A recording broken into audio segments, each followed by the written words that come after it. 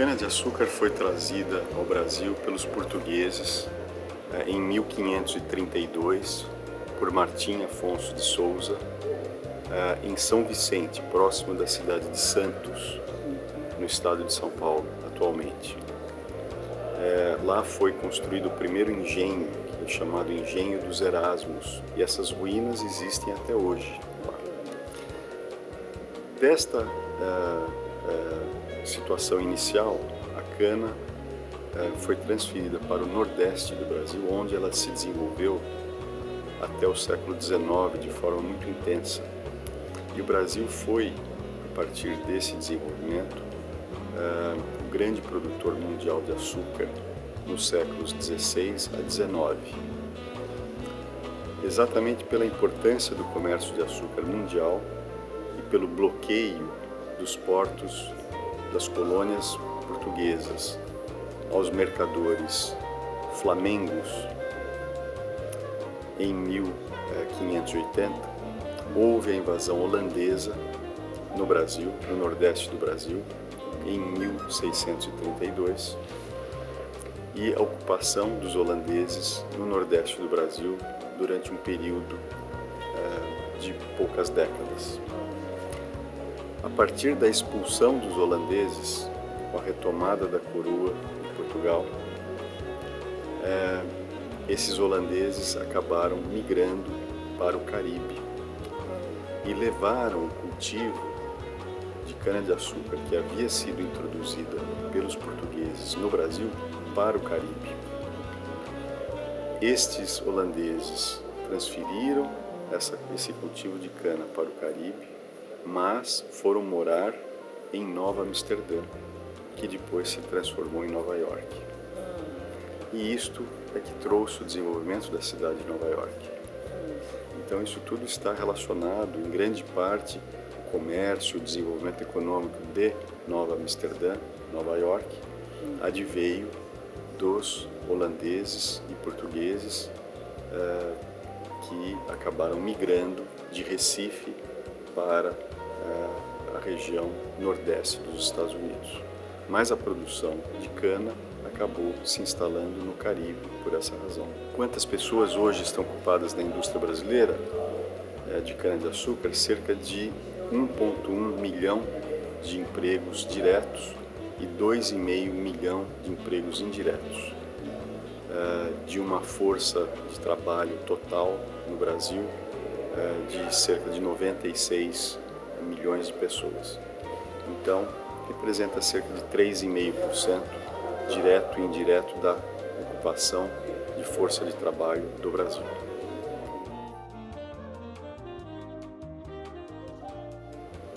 A diversificação na direção do etanol começou a ser proposta no Brasil em 1922.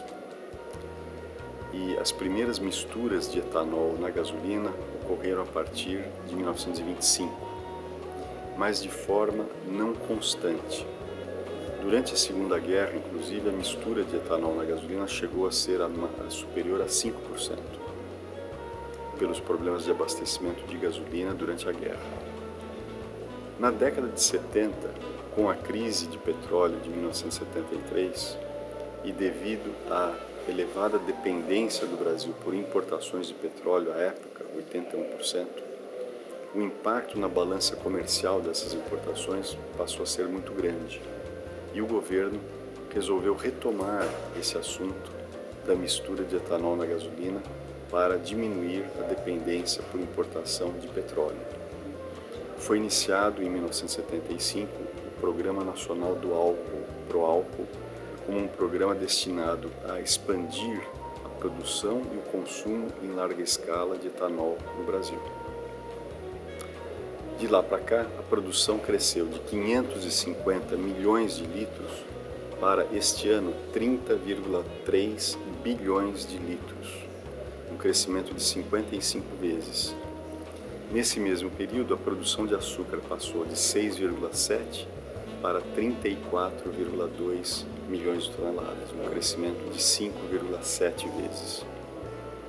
E a produção de cana passou de 70 para 653 milhões de toneladas, ter uma grande expansão. Essa diversificação na direção do etanol está ocorrendo agora na direção de bioeletricidade também, através da conversão de bagaço e palha de cana em eletricidade. Algo que é feito já há vários anos também na Guatemala, na Ilha de Reunião, em Maurícios, mas agora começa a ocorrer no Brasil também. Então, esse crescimento muito grande aconteceu principalmente para atendimento do mercado interno brasileiro. 69% da cana processada é destinada a atendimento de consumo local, 31,4% para exportação, 28,8% na forma de açúcar, 2,6% na forma de etanol. Com esses 28,8% da cana destinada a açúcar de exportação, o Brasil representa 46% das exportações mundiais de açúcar.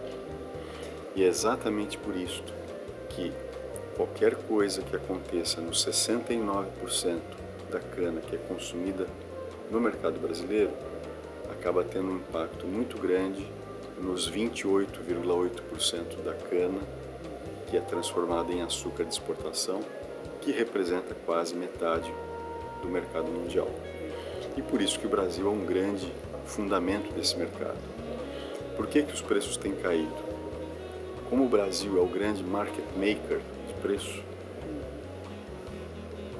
existe uma relação muito direta entre o preço avaliado em dólar e a taxa de câmbio da moeda brasileira, o real, com o dólar.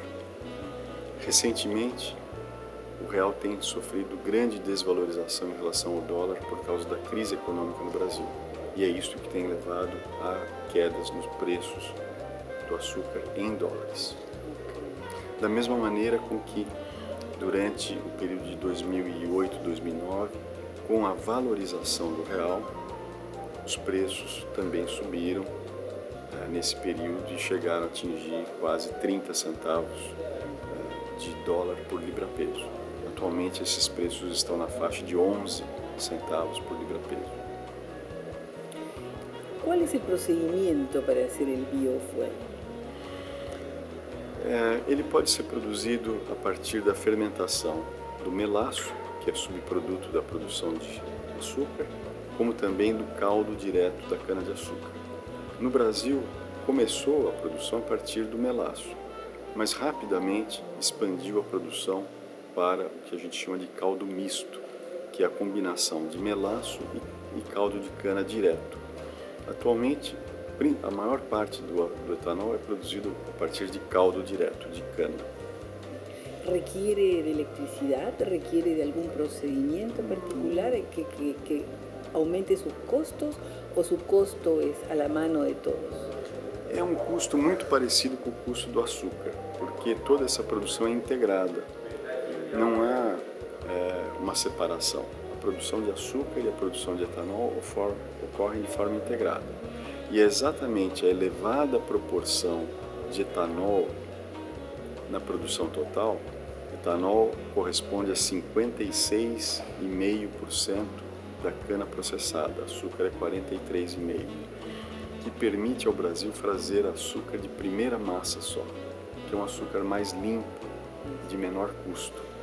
Então você não precisa reprocessar a massa cozida várias vezes. Você faz açúcar de uma massa só, o que resulta num açúcar mais barato, de custo menor, por causa dessa diversificação. ¿Y el biofuel que se produce es totalmente para consumo interno? Principalmente porque da produção de 30,3 bilhões de litros, a exportação representa só 1,3 bilhões de litros. 29 bilhões de litros são consumidos dentro do país. ¿Los autos deben hacer alguna adaptación para poder consumir el biofuel? Sim, nós temos dois tipos de consumo de etanol no Brasil. A mistura de etanol na gasolina, em 27%. Toda a gasolina no Brasil tem 27% de etanol. Não há gasolina pura. E temos veículos flex, que podem consumir esta mistura com gasolina ou etanol puro. E o consumidor faz a opção na bomba de abastecimento se ele vai utilizar gasolina com etanol ou etanol puro, dependendo do preço. Okay. E o preço? O preço é livre, mas existe uma distorção. O governo controla o preço da gasolina.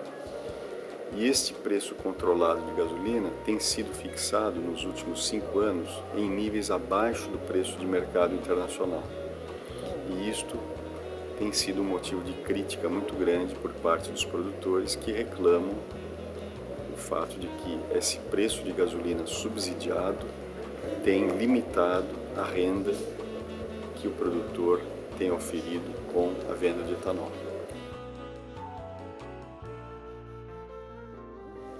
Sim, é um produto que é bandeira e é comercializado por grandes companhias como Shell, Petrobras, Ipiranga, até recentemente Exxon, e é um produto muito valorizado. Mas a decisão do governo de vender gasolina a preços subsidiados tem limitado a renda da produção de etanol. Contraditório. Sim, é uma distorção, um market failure aplicado pelo governo brasileiro que não encontra qualquer explicação. Essa produção está crescendo muito em vários países, na Argentina, no Paraguai, no Peru, na Colômbia, na Bolívia, na América Central, em El Salvador, na Guatemala e na República Dominicana.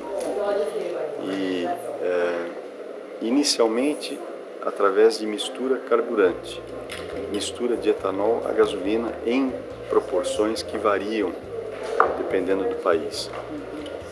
No Paraguai 22%, na Argentina entre 10 e 15%, no Peru 10%, na Colômbia 8%, na Guatemala 10%, em El Salvador 5%. Então, dependendo do país, há programas diferentes de mistura, mas isso está expandindo porque é uma forma de aproveitamento econômico de melaço obtido como subproduto da produção de açúcar. O sea que hay una perspectiva de que América Latina en el futuro pueda sustituir la producción o la extracción de petróleo por la utilización Parcialmente sim, e alguns países já estão se posicionando como players do mercado internacional. O maior supridor de etanol para a União Europeia em 2014 foi a Bolívia. Surpreendentemente. E outros países, Peru, Colômbia, também têm exportado etanol para a União Europeia.